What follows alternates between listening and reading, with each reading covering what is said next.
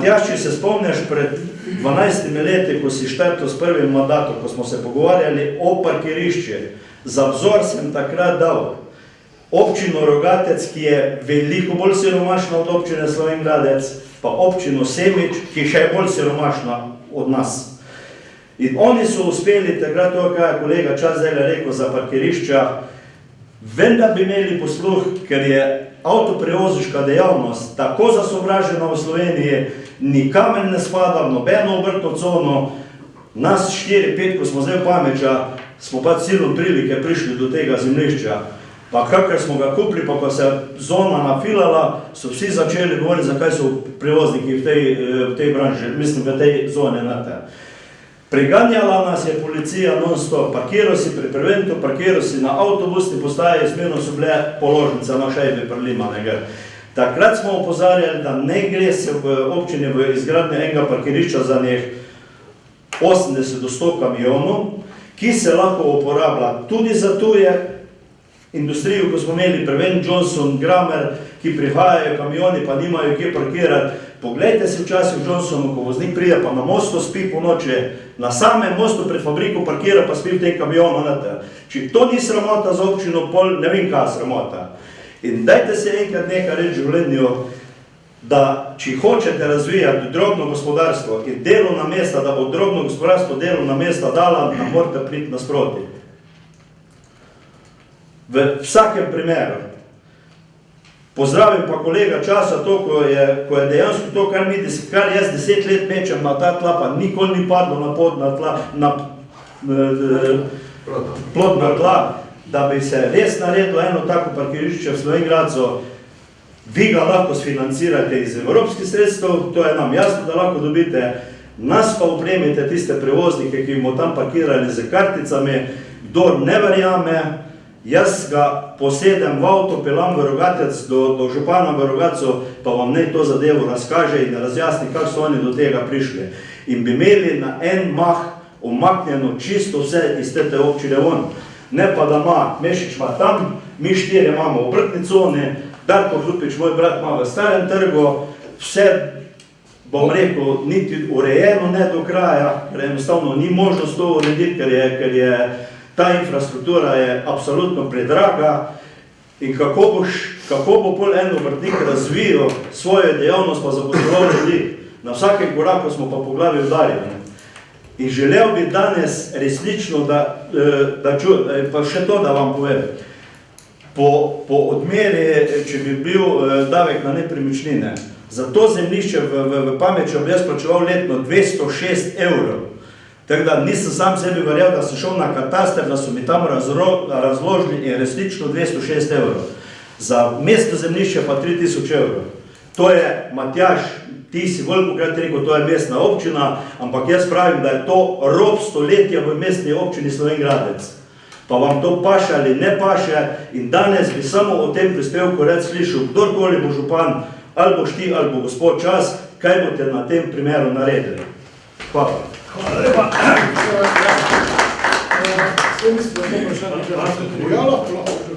Ja, jaz se popolnoma strinjam z nekaterim stvarmi. Je pač zelo preprosto dejstvo, da parkirišče v poslovni coni ne pride poštev, ker je zelo drago. Zdaj, če imel ti stavbo, bi bilo to pač normalno. Je pa res, da ne vem, parkirišče za tovornjake ne dela tam pri sporedno s komunalom.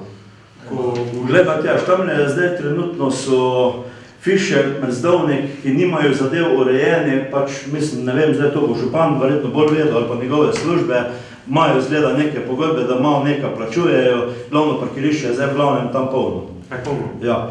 Tudi za zimski cajt, ko policija izloča iz prometa, nima več kam drugih izločati, ker je tam polno. In zato jaz pravim, da eno parkirišče bi bilo absolutno potrebno, tako je kolega Čas rekel, za 100 kamionov, da se to naredi in seveda na plačilo. Vi ga boste sfinancirali z evropskimi sredstvi, jaz pa, če bom parkiral, ne vem, 20 dni 5 kamionov, bo to koštalo, ne vem, 150 evrov, 120, 180, ne vem, kako se bomo zmenili za ceno in se bo skozi te kartice, ko bomo parkirali, denar vračal nazaj. samo vi ga morate sfinancirati, ker ste bolj močni, ko lahko to naredite. En obrtnik to ne more narediti, ker je to sigurno 400-500 tisoč evrov tako parkirišče bo koštalo, da bo urejeno, pa da bo zadoščalo predpisov.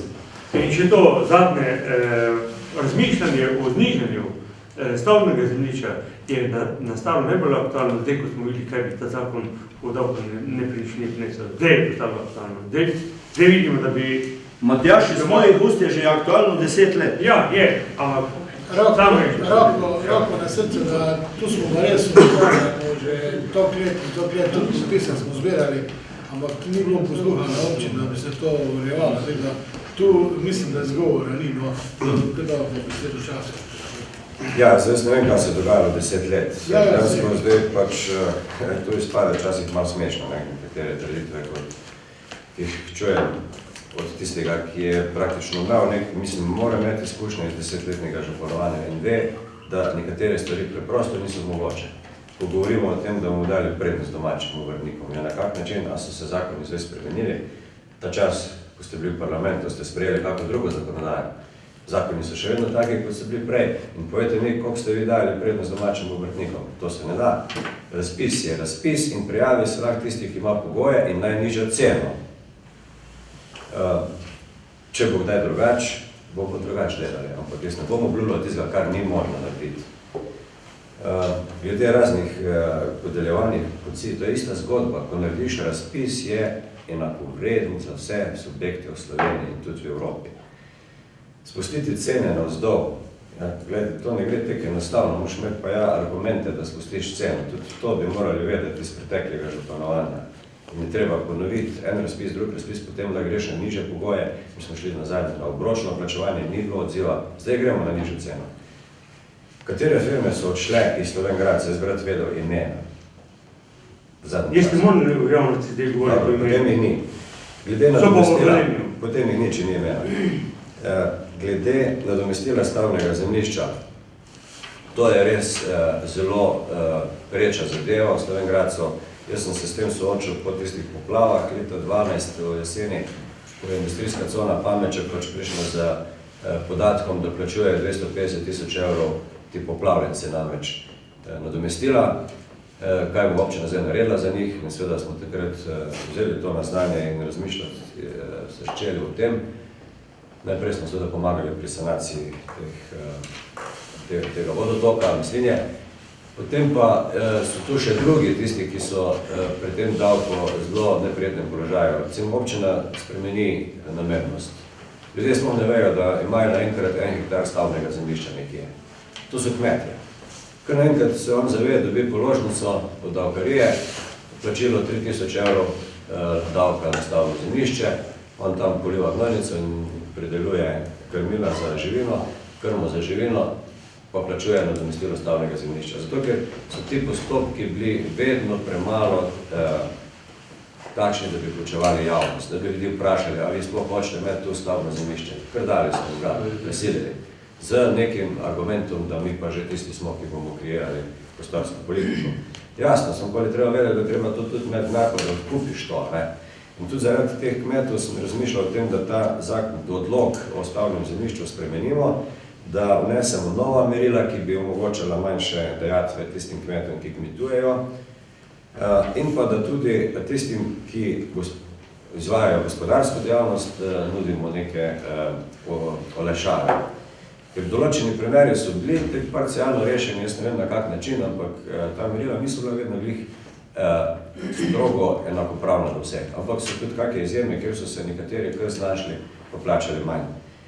Ko smo to vse začeli gledati, je bila materija seveda zelo kar zahtevna in strokovne službe, ki sem jim naročil, da pripravijo spremembe, so se temu upirale, češ da bomo pa zgubili 300 tisoč, 500 tisoč v proračun, kar je res.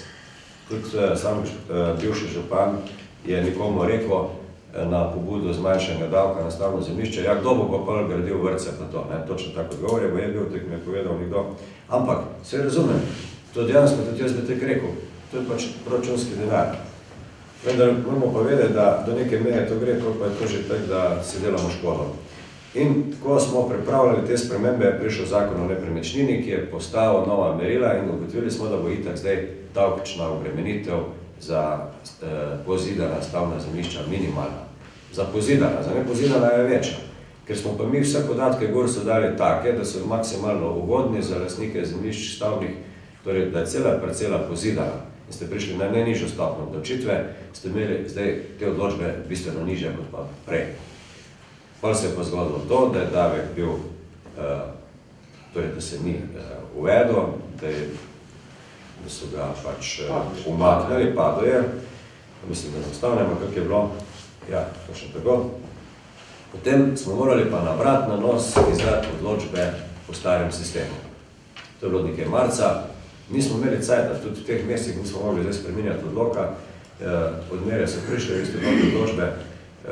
Zdaj, kaj bomo naredili naprej, jaz ne vem, ali bo davek od nepremičninah spet prišel nazaj, treba se bo lotiti našega odloka o nadomestilo in ga dejansko posodobiti na ta način, da bo gospodarstvo razbremenjeno. Občina bo pa že nadomestila to, morda tudi s tem, da bo večja gospodarska aktivnost. Hvala. A še lahko samo eno zadevo.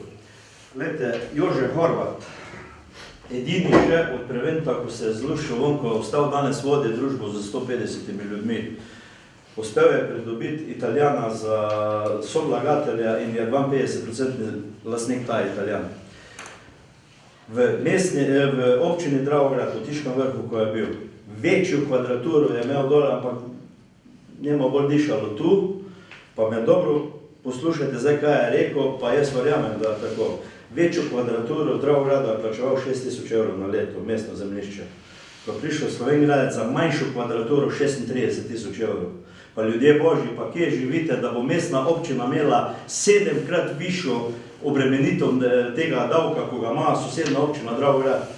Pa to ni spremenljivo nikjer več, 7-krat. Jaz razumem, župan, da mestna občina, da je nekoliko dražja. Nikakor pa ne razumem, da bo 7-krat dražja od sosedne občine Dravograd. To pa ne gre nikaj in ni sprejemljivo. In verjamte mi, da tu bo velike polemike še. Se strenjamo, to ne morem reči drugo, kot pa da imate prav. Ja, jaz moram reči, da pri nas ni ta problem tako pereč. Mi razliko med tem, kar je bilo pregovorjenega po obračunu, po novem davku ali po propadlem davku ali po starem, se pravi, tako so se zdaj dobili tudi položnice, je 17%. To pravzaprav kaže na to, da je neka normalna obremenitev. Tu, kjer pa gremo nekako tudi nasproti tem obrtnikom, dosti krat se zgodi, da prihajajo ljudje in pač pravijo, to rabim, tega ne rabim. In da ločimo tisto, kar uporablja in tisto, kar ne uporablja, tudi po različni stopnji, kolikor je. O tem je bilo dosti diskusije tudi, ali se to sploh sme ali ne, zaenkrat smo tak napravili, drugače pa vsakega takega napotimo na to. Zdaj je to bilo seveda lažje, ker smo v zaključni fazi priprave OPN-a. Da je tudi z tistim momentom, ko je prišel z tem, kar rabi in ne rabi, da smo sledili in smo potem tudi to predlagali kot spremembo. Se pravi, zmanjšanje stavnih zemljišč za toliko. Kar se pa tiče novih stavnih zemljišč, o enem delu so še prej kolega govorila, razpršena gradnja ni več mogoča in kar je največ nejevolje, je pravzaprav po hribih. Se pravi, ne vem, tudi jaz imam 3 sine, da vam tako rečem, pa je zemlje doma okrog dovolj, kmetija, 20 hektarov, seveda z veseljem, če bi lahko bi vsakemu zemljiško dal. To ne gre, to treba razumeti. Jaz celo pravim, da je to prav, ker glede na to specifično poseljenost, ki jo imamo na Koroškem, je posledica tega blazno draga infrastruktura. Seveda, potem nekako samodejno nastane nekako 5 hiš, potem je pa problem. Kanalizacija, cesta bi naj asfaltna bila, široko pasovno in vse skupaj. Ampak, dobro, to je zdaj en čisto drugi rang. Tam, kjer pa je bil interes tistih, pač bodisi, da to gre za neko dopolnilno dejavnost za potrebe kmetije, bodisi, da gre za neko obrtno dejavnost, smo pa poskušali čim več teh pobud tudi v OPN vključiti in načeloma na samih kmetijah, kar se tiče gradnje za potrebe kmetije in za potrebe dopolnilnih dejavnosti ni bilo problemov. Seveda so pa težave pravzaprav v nekih starejših naseljih. Tam pa ne moremo vedno slediti interesov teh, ker pravzaprav z urbanističnega velika ne gre. Naselje se po neki črti zaključi. In tu dejansko tudi prihaja do tega, da je neki del istega zemljišča vključen, ker preprosto drugače ne gre. Drugo, kar nas pa je dejansko izjemno obremenjujoče, pa je pravzaprav stopnja ali pa procent izkoriščenosti teh stavbnih objektov. Mislinja ali pa cela občina ni neka urbana sredina, in seveda te špekulacije, jaz imam tako veliko parcelo, pa bom šparil na zalogo za vnuka ali pa še za pravnuka. In je blazno težko tudi na takšen način naselja zaokroževati. In seveda, tu se pa zdaj začne tista zgodba o tem, kakva pravzaprav najbolj davčna politika. In z tem, jaz osebno z tem zakonom, davkom na nepremičnine, pričakoval vse to in upam, če bo, verjetno bo malo aktualna tema, da bo ta napravljen tako, da bo predvsem štrafom neaktivnega lastnika. Da bo štrafom neaktivnega lastnika, zdaj pa naj bo to drugo, tretje, četvrto stanovanje, ali pa naj bo to stavbna zemljišča na zalogo. Takšen je moj pogled, kar se tega tiče. Ja, moj pogled je pa na to zadevo še gospod župan drugi. Da ko bo nepremičninski davek prišel, če bo prišel, takrat bo po mojem pošteno porazdeljen, da bomo plačevali vsi davke. Danes jih pa plačujemo eni in kdo je zmagal na nepremičninskem davku? Tisti, ko do danes niso plačevali popolnoma nič, tisti so zmagali. Se strinjam, z tem se absolutno strinjam, samo vse to je namen. Ravno v tem smislu red napraviti. Hvala, bomo šli naprej, ker še imamo nekaj vprašanj, ampak samo 3 besede glede davka. Nepremičninski davek je padel tudi z našo pobudo. Zakaj? Zato, ker smo mi dobri 0,75% davka, če imaš ti, ne vem, Uroš Mahalo, tam 300 kvadratov, ali 500 kvadratov, te ne bo žalo. En kmet, ki pa ljudi, prašiče, ima isto veliko 500 kvadratov halo, je pa dobo 0,15% davka. In to se meni ne zdi fair, zato smo mi ustrajali, da ne naredijo, mi vemo, mi vsi tole vemo, da moramo davke končati, da moramo plačati države, da moramo delati občine, zadeva mora biti poštena. Jaz sem zanj sedel z Cerarjem, ki je zdaj pač novi mandatar in je rekel, da davk bo. Novi davk bo in tudi bomo ga dobili drugo leto zihar nekje doma. Tek je on rekel. Glede, jaz se samo želim, samo toliko, jaz se samo želim, da ne bi, ker če ste vi spremljali nastavljanje tega, pa prvotni osnutek, pa kaj je na koncu iz tega zakona nastalo? Na koncu je nastalo skrpocalo, zaradi tega, ker se je poskušalo lomijo. Pa najbolj preprosti primer rezidenčno stanovanje, pa drugo, pa tretjo. Na koncu, intenca je bila, da tisti, ki ima 5 neaktivnih stanovanj, da plača več. Na koncu je bilo narejeno na enak imenovalec in zaradi tega je zakon. Ogroženi smo bili pa mi obrtniki. Se strinjam. Oni, ko je imel 5 stanovanj, tako vedo, kako mora glasovati. Jaz bi predlagal, da gremo zdaj naprej, ker Števan je postavil tudi, pa bi dal tole besedo gospodu Nikoliču, ki se je prijavil, da bom postavil na vprašanje. Naslednje v Ivo Karner. Vlada Nikolič dal za preventivo pred nesrečami. Jaz sem postavil sledeče vprašanje. Kdaj in kako boste uredili poplavno zaščito v intersecijski coni Pameče, kjer gre za več kot 300 delovnih mest. Torej gre za zaščito delovnih mest za ukrepi, ki se izvajajo na vodotoku. Meni je znano, da je bila narejena konkretna naloga zaščita vodnih virov v porečju reke Meslinje. To je odlična naloga, ki je občina in sosedne občine tudi financirale. Mislim pa, da je pogoj, da bi se zdaj preusmerilo to, da se prednost reševanja tega problema poplavne zaščite dalo ravno ne v celi objektu, celem porečju Meslinje, ampak v industrijski coni Pameče, kjer gre za zaščito delovnih mest. Torej, zelo konkretno. Pristojnost je sigurno države, da ureja ta vodotok, ampak občina ima v skladu s svojimi pogoj delovanja v prostoru tudi določene pristojnosti in pa naloge. Mislim, da bi bilo prav, da bi občina zdaj v tem letu, vsaj v roku enega leta, začela s temi aktivnostmi in spodbudila ministrstvo, da končno zaščiti ta delovna mesta, ker je tudi prejšnja predsednica vlade rekla, da bo storila vse za zaščito delovnih mest. Torej, nekaj se mora zgoditi vsaj v roku enega leta s pomočjo evropskih sredstev, mislim. Hvala lepa. Kdo je za vrsti? Ja, ker bo prvi pa. Ja. Predsednica vlade se je že zagotovila varno delovno mesto. Zelo dobro plačo. Okay. Dobro, vlada, si dobro seznanjen za zadevo. Občina je naročila projekt kompletne ureditve struge Mislinje v predelu industrijske cone Pameče. Ta projekt smo tudi financirali. V podlagi tega projekta so se tudi v okviru interventnih del izvedla dela, ki so zdaj nekako začasno uredila poplavno varnost Pameč. Projekt pa še ni končan, delo se bo v nadaljevanju, cirka 2 milijona je celotna vrednost projekta, lani pa je bilo okrog 360 000 evrov porabljenih. Jaz upam, da bomo spravili še nadaljevanje skozi, ne upam si trdi, da bo to naslednje leto. Tudi mislim, da zdaj zadeva ni tako kritična tam, da je dokaj dobro urejena z nasipi, varovalnimi in z širitvijo preseka struge, tako da zdaj, ko smo videli to zadnjo veliko vodo, je zelo dobro to delovalo. Seveda pa poplavna varnost je pa problem, ki seveda nikoli ni rešen. Ko imaš eno stvar rešeno, ti butne tam dol v Pamečah in potok, pa ti naredi drmr, verjetno poznate zadevo, in spet je cesta porušena, objekti poplavljeni in podobno. Smo pa še na takem območju, ker smo stalno izpostavljeni.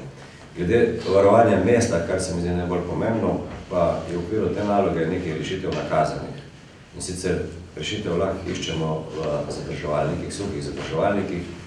En tak zadrževalnik, ki bi je mesto Slovenj Gradec, pa pravzaprav vse, kar je severno od Dolž, varoval, je na Delah, to je v Dolžah. Ta zadrževalnik bi vzel 2.200.000 kubikov Mislinje bi zadržal, kar bi bilo učinkovito varovanje pred poplavami za vsa naselja, ki so nas dol, nizvodno. In tudi Slovenj Gradca, potem ne rabimo pravzaprav skrbeti več. To je pač izvedljivo in to bomo tudi zagovarjali. Podobno se za Suhodolnico predvidevajo zadrževalniki, tam, kjer je pač to še možno narediti. Pa za Hovšnico enako. Te zadeve so nekako v teh strokovnih podlagah nakazane, seveda pa zdaj na strani Ministrstva za okolje, ki mora izdelati načrte zmanjševanja poplavne ogroženosti. Oni imajo rok 2015 do konca leta te načrte delati in ker imamo mi že precej podlag, bo za nas to ugodno, ker bomo prej pravzaprav prišli na vrsto za izvajanje ukrepov. Več kaj tu jaz ne moremo obljubljati, ampak imamo dobre podlage. Hvala lepa. Največ vprašanje sem zastavil zdaj se zaradi, ker se je v zadnjih nalivih ravno opazilo povečana erozijska učinkovanje vode in to so me opozarjali, tudi sam sem si dobro ogledal, zaradi tega se mi zdi bolj alarmantno, torej, da se vsi ti ukrepi, ki jih lahko občina tudi naredi za pritiskom na ministrstvo, da se čim prej to naredi, če ne več kjer so delovnih mest problematičnih. Hvala. Glede, jaz bi samo malo mogoče nekaj k temu tudi dodal. To je pač ena taka zadeva, kjer mislim, da bi še marsikera druga taka morala biti, kjer smo se pravzaprav 3 občine nekako dosegle soglasje, sfinancirale to študijo. Zdaj, zakaj je to toliko pomembno? Toliko je to, kar jaz opažam z mojega vidika, da koncesionar malo tu, malo tam flika, dosti denarja porabljenega, pravega učinka pa ni. Pravzaprav taka študija mora dati odgovor, deloma je že kolega Čas rekel, za suhi zadrževalnik in tako naprej, mora dati celoviti odgovor, kaj pa pravzaprav je tisto, kar lahko prinese neko dolgoročno rešitev. Druga zadeva, ki se mi pa zdi izjemno pomembna, v naslednji finančni perspektivi. Bodo predvsem pomembni, pa mislim, da bodo imeli tudi prioriteto pri pridobivanju sredstev, projekti, ki bodo povezovali med sabo več občin. In ena taka celovita protipoplavna zaščita reke Mislinje je pravzaprav tipično takšen projekt lahko, ki bi imel dobre šanse, da je potem tudi z evropskimi sredstvi sfinanciran. Zanimivo, kaj bi dal, se strinjamo. To je zelo dobro vprašanje. Vse vemo, da smo bili leto dve nazaj v naši vrtniki, mislim, da čez 30 je bilo in da je to res akutno vprašanje. Pa gremo kar naprej. Ivo Karner je se tudi prijavil, koliko pa še vsi ostali, ki bodo živeli. Ja, gospod Mek, zelo si me presenetil. Jaz mislim, ker nisem poslal po e-mailu tudi vprašanja, da ne bom izvano, bom pa kljub temu, čeprav nisem vprašanja poslal, ker na precej vprašanj sem bolj. Prvič, uvodno bi rekel, da sem bolj imel občutek, da bomo to dobili, oziroma boste dobili, ker jaz sem zdaj že v mirovanju, sem dal odpoved SP-ja, ki ima zaprl. In tudi vete verjetno, kaj so pogledne razlogi bili. Bolj konkretne rešitve za naše obrtnike pa manj predavanj. Mislim, da to bolj smiselno. Drugo pa mislim, da večina naših malih podjetij obrtnikov ni enih serijskih proizvajalcev, ki proizvajajo serijske proizvode za trgovino, ki jih potem potrošniki z užitkom kupujejo in oni živijo pa bolj konkretno od dejanskih naročil. Pa vam, spoštovana, oziroma spoštovani kandidat, postavljam sledeče vprašanje. Največ lahko naši obrtniki oziroma mala podjetja pridejo do posla z naročili. Največ naročil je pa recimo na našem nivoju v državi, trenutno preko države in preko lokalnih skupin, ko so občine. Občine so kar močne. Zakaj je tak problem pridobiti več dela za naše obrtnike preko javnih naročil? Namreč zelo slabo poznam to zakonodajo, dvomim pa, da to ne bi bilo možno. To se pravi, nota so skrita kar velika dela. Potem, recimo, naši obrtniki so finančno relativno slabi, ker jih poznam, nimajo ne vem, koliko viška denarja, koliko jim lahko občine pomagajo pri razvoju njihovih dejavnosti. Namreč obstaja neka regionalna razvojna agencija, katere delo ne poznam temeljito, čeprav sem osebno nameraval obiskati, ker me zanima njihovo delo. Koliko lahko recimo občine z te strani pomagajo našemu malemu gospodarstvu tudi na razvojnih področjih. Poslušajte, razvojno področje je izredno pomembno, veste, v vsakem podjetju, in to smo v Sloveniji totalno uničili. Trenutno so pa tako v škripci, da recimo verjamem, da si ne morajo sami ustvariti neke razvojne oddelke. To, kar se pa večinoma govori, kaj lahko občina pomaga, to se pravi zniževanje stroškov. To je pa logično, in to je modro, in to je nujno, in to morate storiti, in morate to obljubiti. Hvala lepa. Hvala. To začni, kaj enkrat. Dobro, te pa Franc. Ja, pogledajte, kar se tiče javnih naročil. Nekaj kolega čas prej o tem govoril, mi drugače tako ali tako ne moramo delati. In ravno pri tem je tudi težava, ker je pač zakon o javnem naročanju takšen, kot je. Zdaj, kolikor vem, se predvidevajo znova spremembe, bomo pa povedal okrog tega zakona takole. Jaz sem 4 leta župan, v tem letu je bil 5-krat, glede 4 leti, je bil 5-krat ta zakon spreminjan in vsakokrat je večje skrpocalo od vsega tega. Bom še bolj konkreten, 4 mesece nazaj smo poslali naše ljudi zaradi spremembe tega zakona na izobraževanje. Danes se govori zopet o spremembi. Zdaj, po drugi strani pa jaz sem ob nekaj priliki rekel, razpisomanija nas ubija. Pa bom z enim primerom po nazoru, pa boste potem sami presodili, kaj pa lahko občina v takem primeru naredi. Pa so me novinari močno, eni se mogoče to vlekli za jezik, šlo se za vrtec. 3 leta nazaj je občina Mislinja dograjevala vrtec.